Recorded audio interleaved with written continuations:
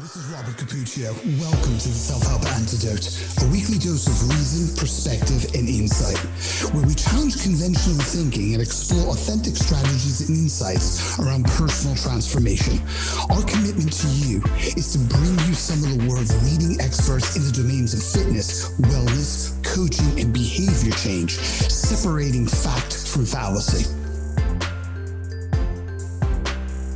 Bobby Capuccio, welcome back. It's been 38 seconds since we last recorded a podcast. How are you? I was like, I feel like I was just chatting to you on one of these. I feel like I just interrupted you speaking in order to say hi and introduce you. Yeah. Wow. Okay. Can't get enough, though. Can't get enough. We have a topic in mind today because I set it up. I have everybody's been hanging by a thread for a week waiting for this episode to drop on self-sabotage. And I know that because anytime I've done workshops on it in the past, everyone recognizes times or circumstances in their life where they feel or wonder or know that they're self-sabotaging. And I know that I spent a lot of years becoming aware and suspecting at times and questioning, am I self-sabotaging or am I not? And if I am, why? It's a big topic. It's a big question. There's a lot of cogs and bloody wheels to it, isn't there? Yes, there's lots of cogs and wheels to it. Absolutely. All right. Where do we start? Right. So what is self-sabotage? First of all, let's get a working definition out there. Okay. You're good at those. Oh, I was hoping you would have something, but well, I think self-sabotage is kind of like a self-deception where you are pretending to want one thing, but you're actually in conflict and you're being compelled to pursue another course of action. And it comes out as we talk about self-sabotage. A lot of times, I don't even know if it's self-sabotage it's probably a different issue we're dealing with, but I do think self-sabotage is an actual thing because I think so many of the things that we believe or we think we should believe and should value and should engage in are not really intrinsic values. They're social constructs and expectations. And I was listening to a TED talk. I'm not going to mention the guy who was giving it. He's brilliant guy, but he was talking about you can't really engage in behavior things unless, of course, you first change your identity. You've got to change your identity, and then the behaviors have to be congruent with the new identity. And I'm sitting there going, really?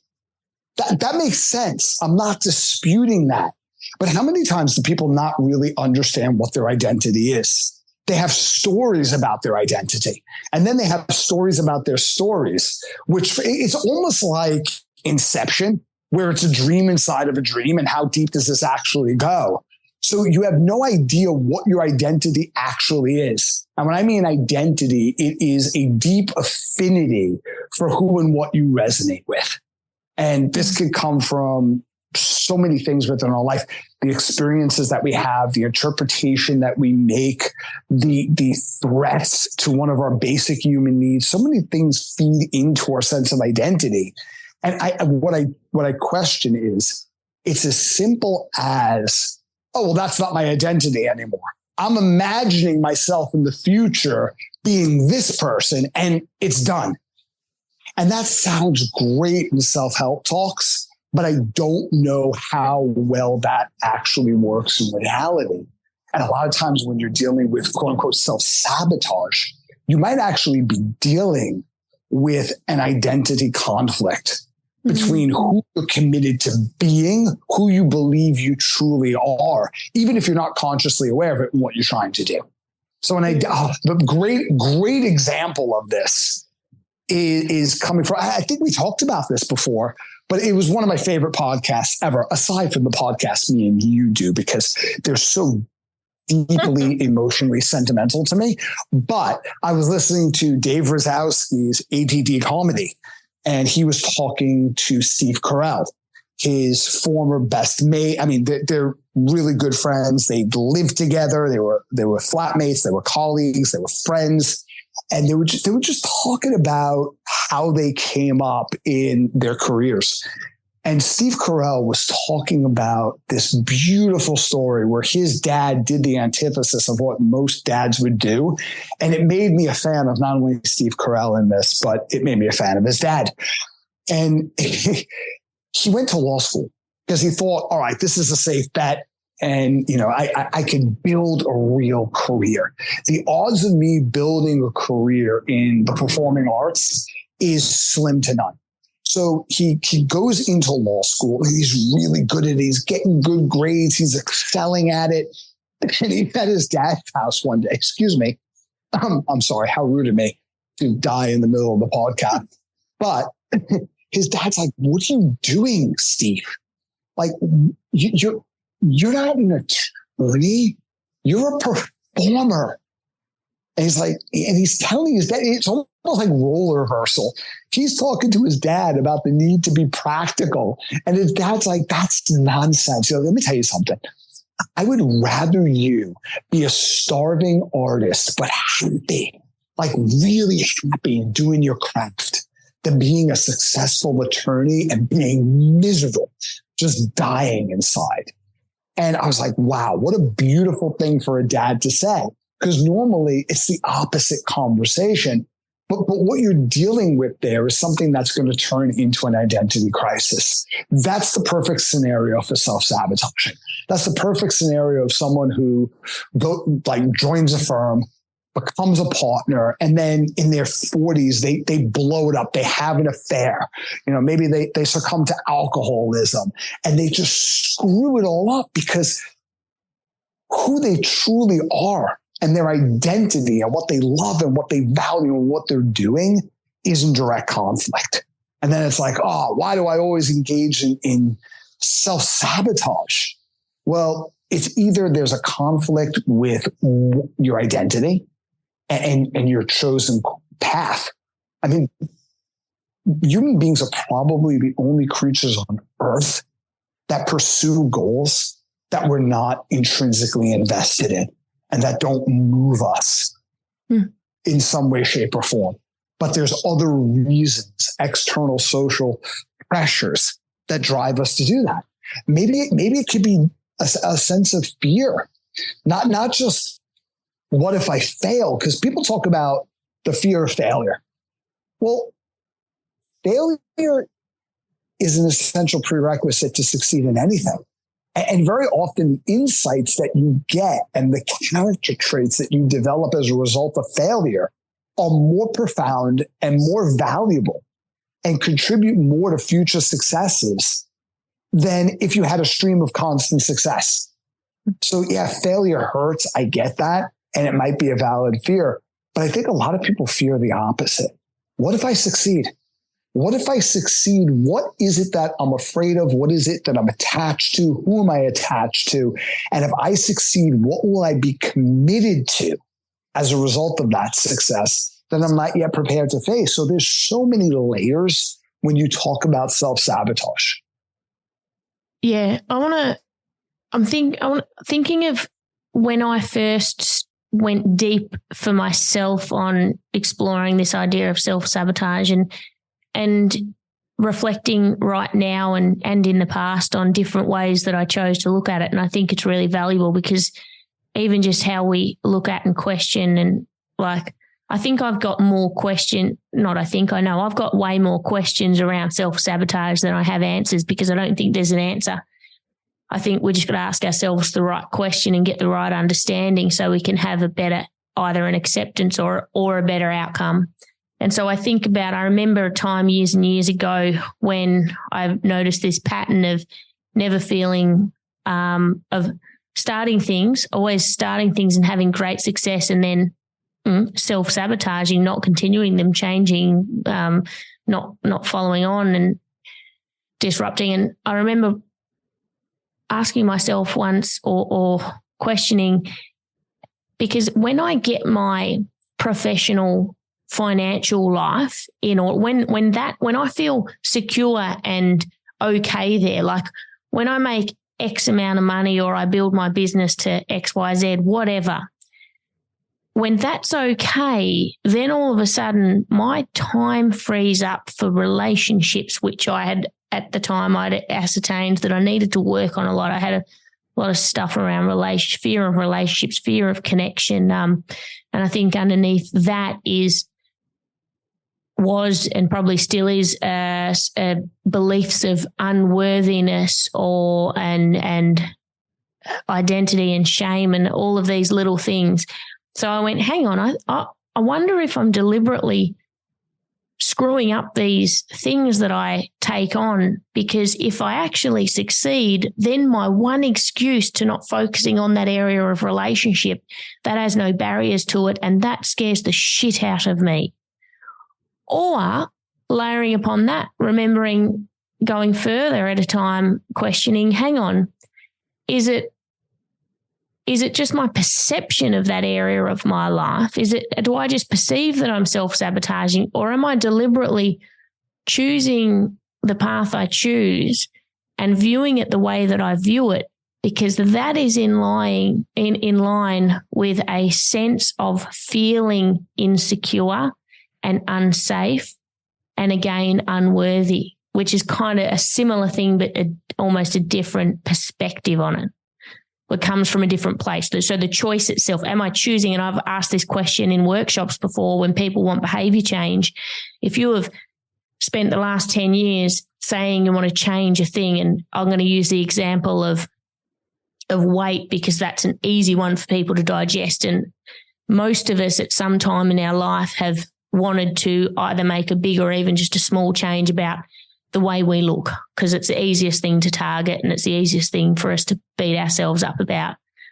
And sometimes it is, do I really want to change the thing that I say I want to change? Because I've had a lot of very fit, healthy, beautiful people stand in front of me and say, I've got to lose a couple of kilos.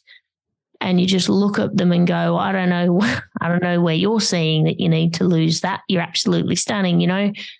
Or are we just saying that because it affirms a belief of I'm not enough or I'm flawed, or something that maybe someone said to us directly or indirectly when we were young?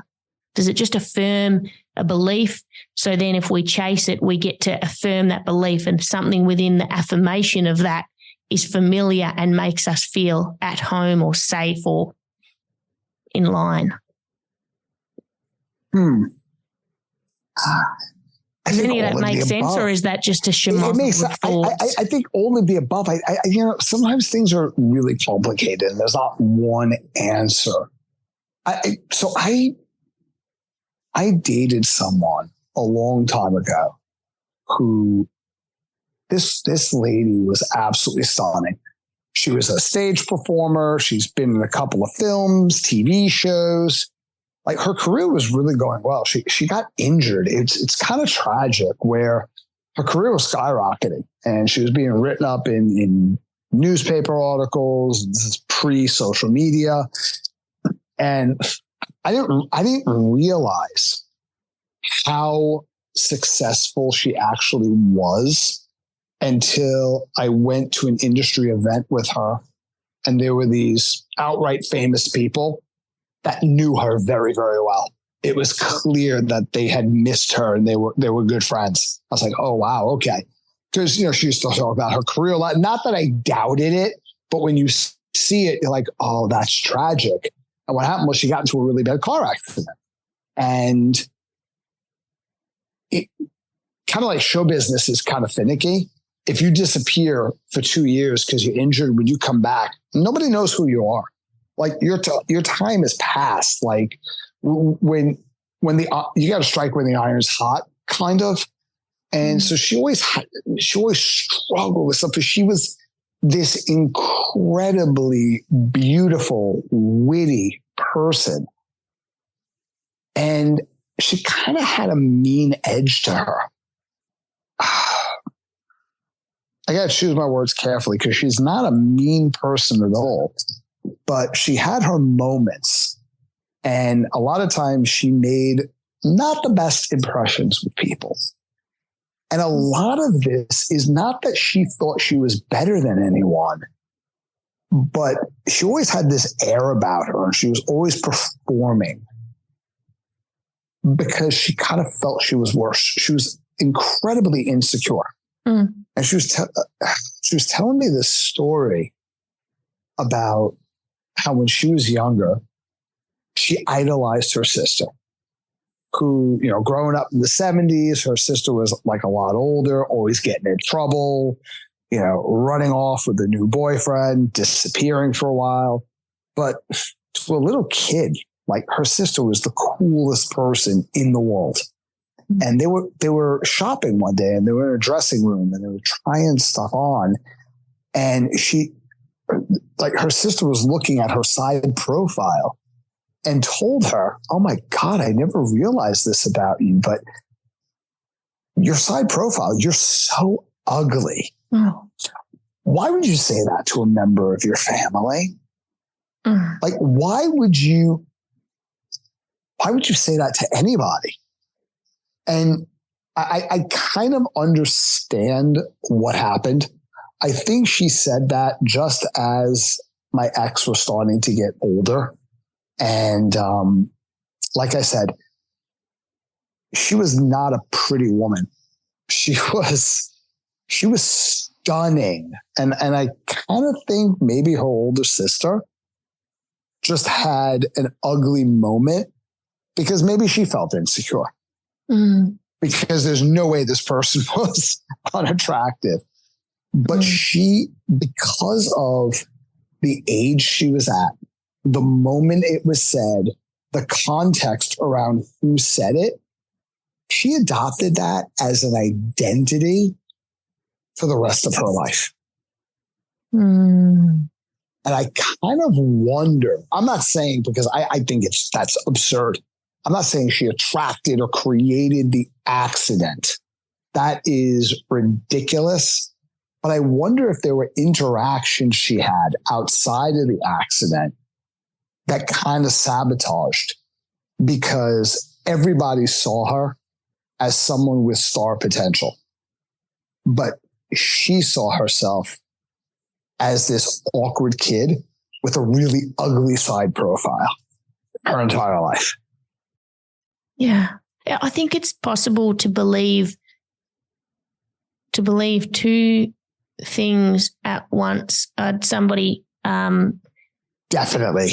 Somebody on my Roll with the Punches Facebook wrote the most beautiful comment and feedback recently. So I put a picture. I'm in the middle of sketching Luna, and I put a work in progress shot up, and one of my followers, Cecilia, she commented, "Oh, great sketch. That's amazing." And I was like, there's still time to screw it up yet. Cause like I'm just finding my way, learning how to fucking make what I see on the paper look the same on my paper. And then she wrote this enormous comment, and it was so beautiful, just about her wanting to sketch more, and then about the show and listening to all, and some feedback on listening to me as a listener. And like, to read that was beautiful, and I couldn't thank her enough. And I said, and this applies to sketching, it applies to me podcasting, it applies to me as all of the things I do as a speaker, as a fighter, as a human, as a friend. But I'm going to talk about it from the context of the sketching. I feel both equally amazed and wowed sometimes when I look at what I sketch with no training and not a lot of experience. I look at it and go, wow, that's quite incredible. And simultaneously, when I share it, I feel embarrassed that it's flawed and not as good as it could be. How funny to feel amazed and be well aware of a level of talent that I don't believe I should have, that I don't understand how so quickly I could produce that and how it happens. It's like part of me gets that. It truly is extraordinary. And then the other part of me is actually like feels embarrassment that people think that I might think it's good when it's not. Is it like, and that they are two very real feelings happening at the same time from the same person. And I feel that about most aspects of my life at different times. And I think about back when I was fighting and when I used to, I remember having my first photo shoot in the gym, and there's this particular photo that I have where I'm standing in shorts and a crop top and I've got my arms behind my back and I'm just like, I've got a fucking 16 pack. Like there wasn't an ounce of fat on my body and I had all of these. And I remember that day being embarrassed to run past a boxing class in my workout gear with my abs out because I felt like I didn't look great. Like it felt like I wasn't fit enough and I was a bit embarrassed. And I look at that photo now and I remember times at that time where I would take a photo of my abs and put it on social media for some sort of bloody inspo.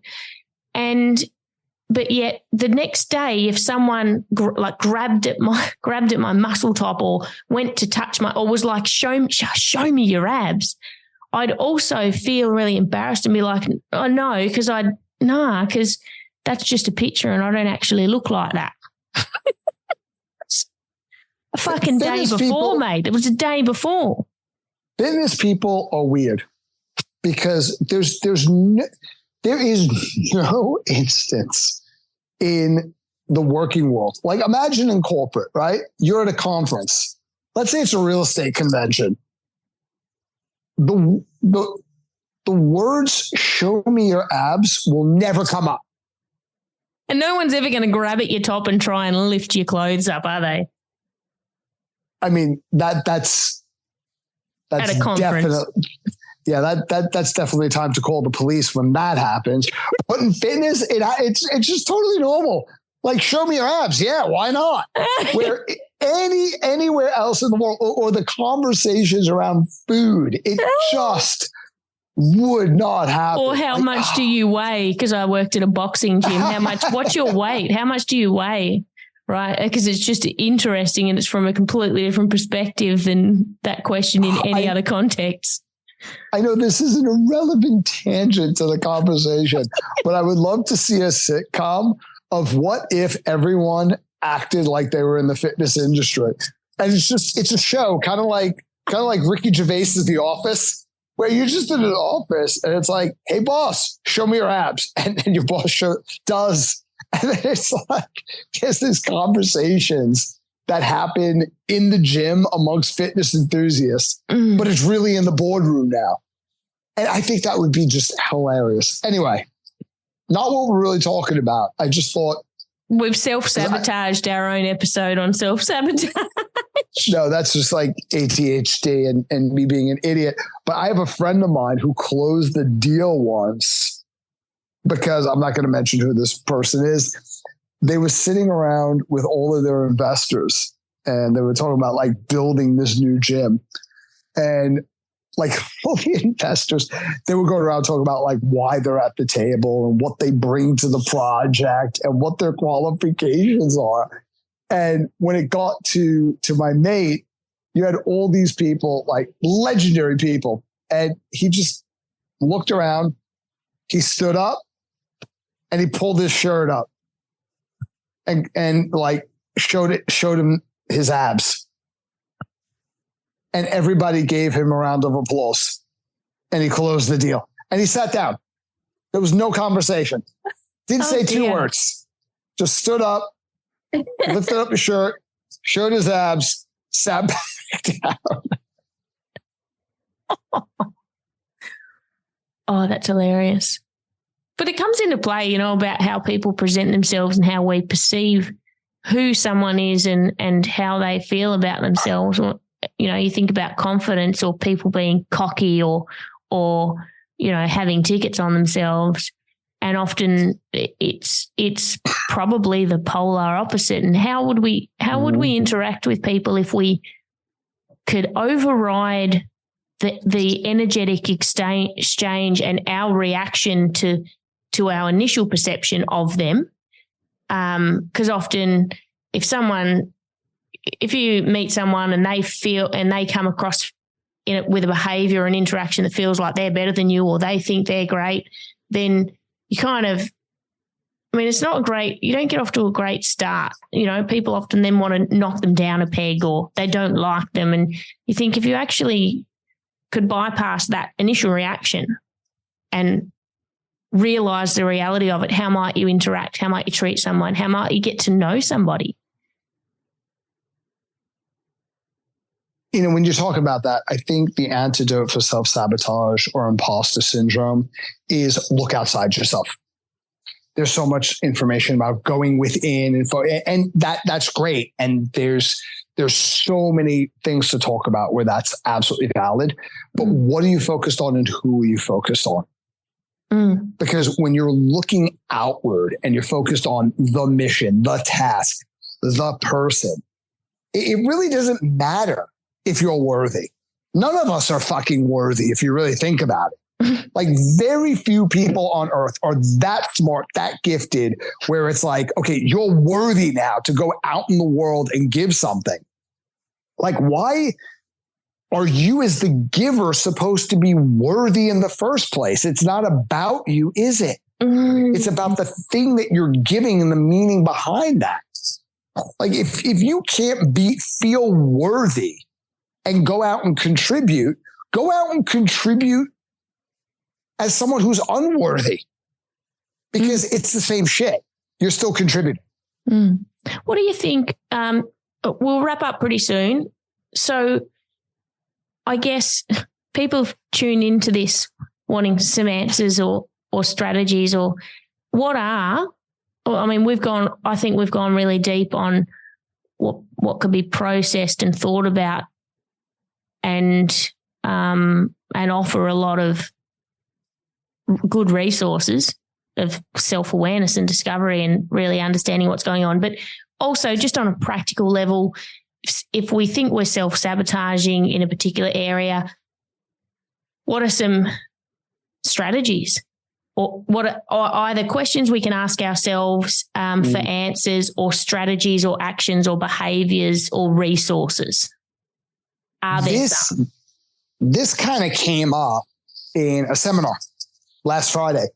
So when in your life were things going really well or better than you thought they were going? Like you kind of got into something, you're like, I hope it goes this way. And the actual experience of that was far better than you ever could have imagined. And you stopped anyway. Something happened where you were the cause of whatever was the barrier to you moving any forward. So it's moving more fast. Geez, I don't know why I'd lost the ability to speak English in that last sentence, but you were the reason why it didn't work out. And prior to that, you were doing better than you ever thought you could do. I've had clients like this. I was talking about a husband and wife client team that I trained them together. And then the husband stopped going to the gym. The wife kept going to the gym. She was the reluctant one who didn't really want to sign up for training in the first place. He was the one who was keen. He quit. She kept going. And fast forward months later, she was doing amazing. Her body was completely transformed, but more than her body being transformed, she was transformed. And then she started showing up late for sessions. She stopped going to the gym. And just I was talking to her about it. And me in my head, I was thinking, okay, if she was doing really well and now she has a hard time even keeping her basic commitments. She was constantly eating foods that were not part of her plan, not part of what she wanted to do and who she wanted to be. I thought it's got to be the mechanics because I was young and really stupid. So I was like, well, an hour before you go to the gym, walk me through what's going on. I thought, obviously, there's a couple of missteps.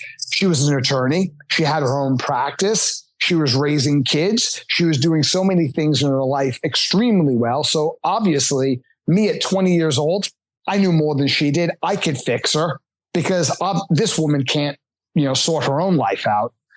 So as we were going through it it turns out that she was getting into a fight with her husband every single time she was about to go to the gym, because by her going to the gym, it reinforced the fact that he was the one that brought her to the gym in the first place and he quit.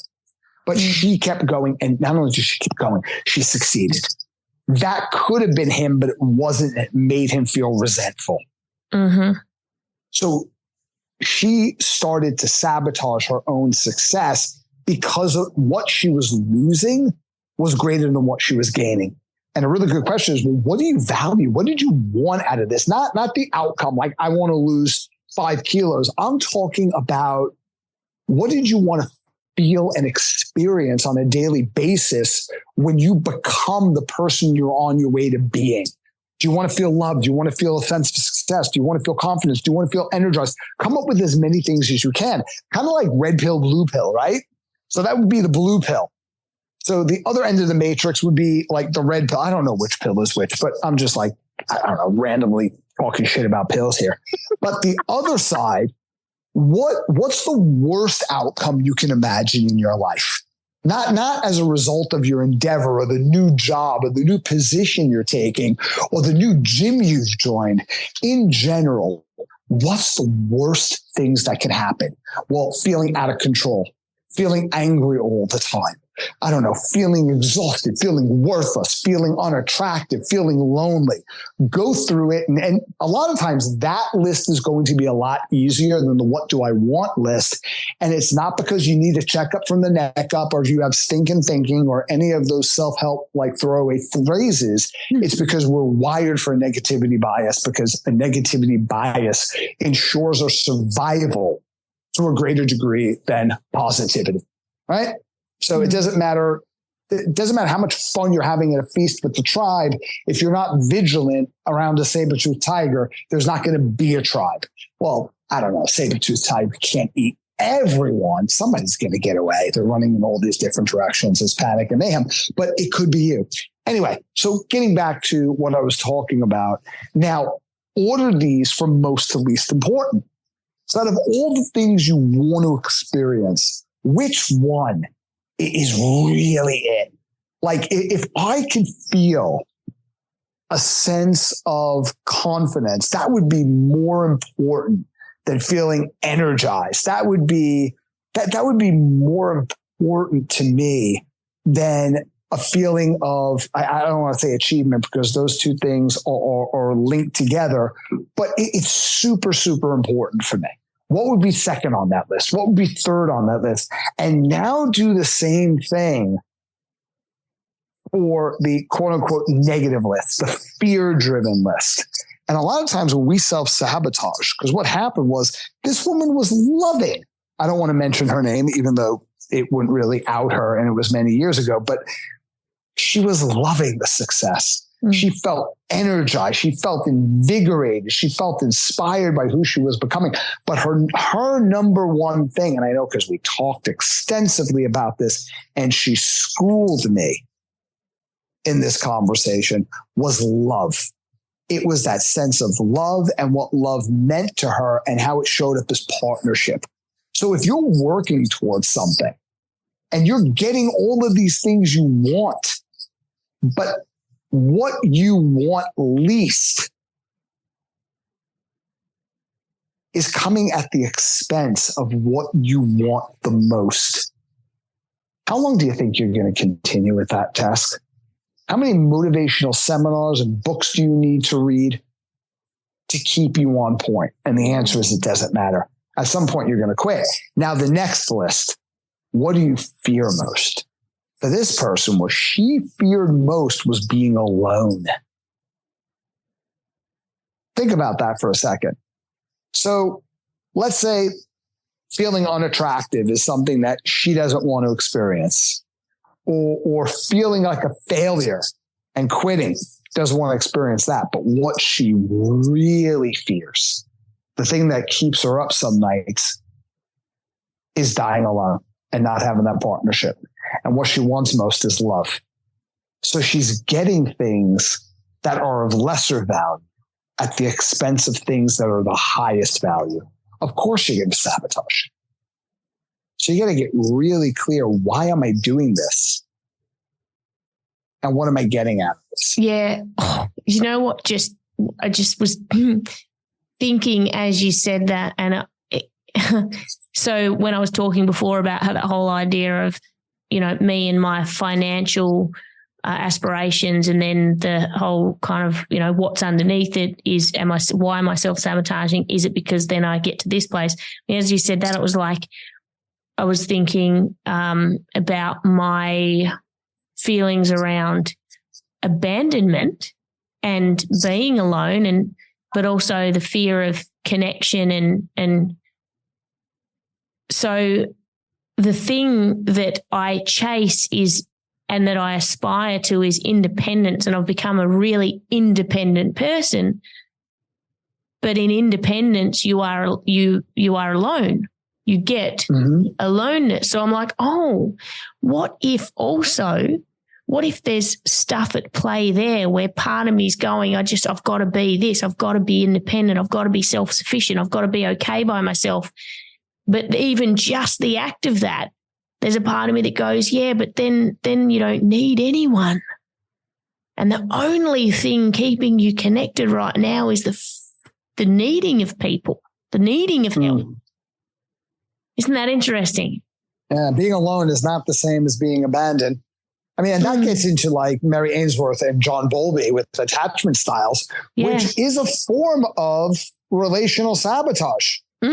Yeah. Or whatever it is, whether I feel that people are unworthy, or more likely I feel I'm unworthy. I have these, and my unworthiness is connected to deep-seated feelings of abandonment. And that fear of abandonment, I will either need so much constant affirmation that I drive people away, or I will drive people away. I will be emotionally detached and unavailable so that they don't have a chance to ever abandon me. And then, even when they do leave, I never allowed myself to get that attached in the first place.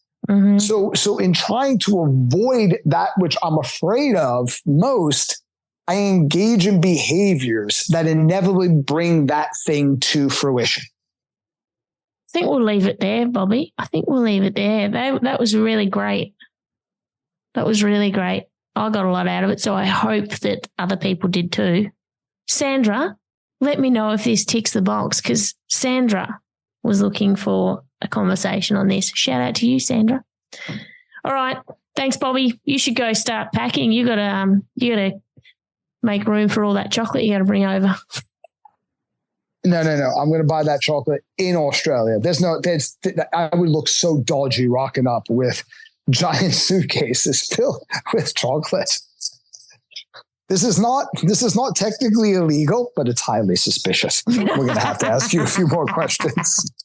Oh, the chocolate cartel. All right.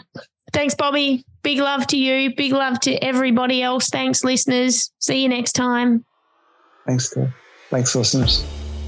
Thank you for listening. I hope you enjoyed this episode. Visit us at theselfhelpantidote.com to share your feedback, insights, and recommendations on what topics you'd like us to explore in the future.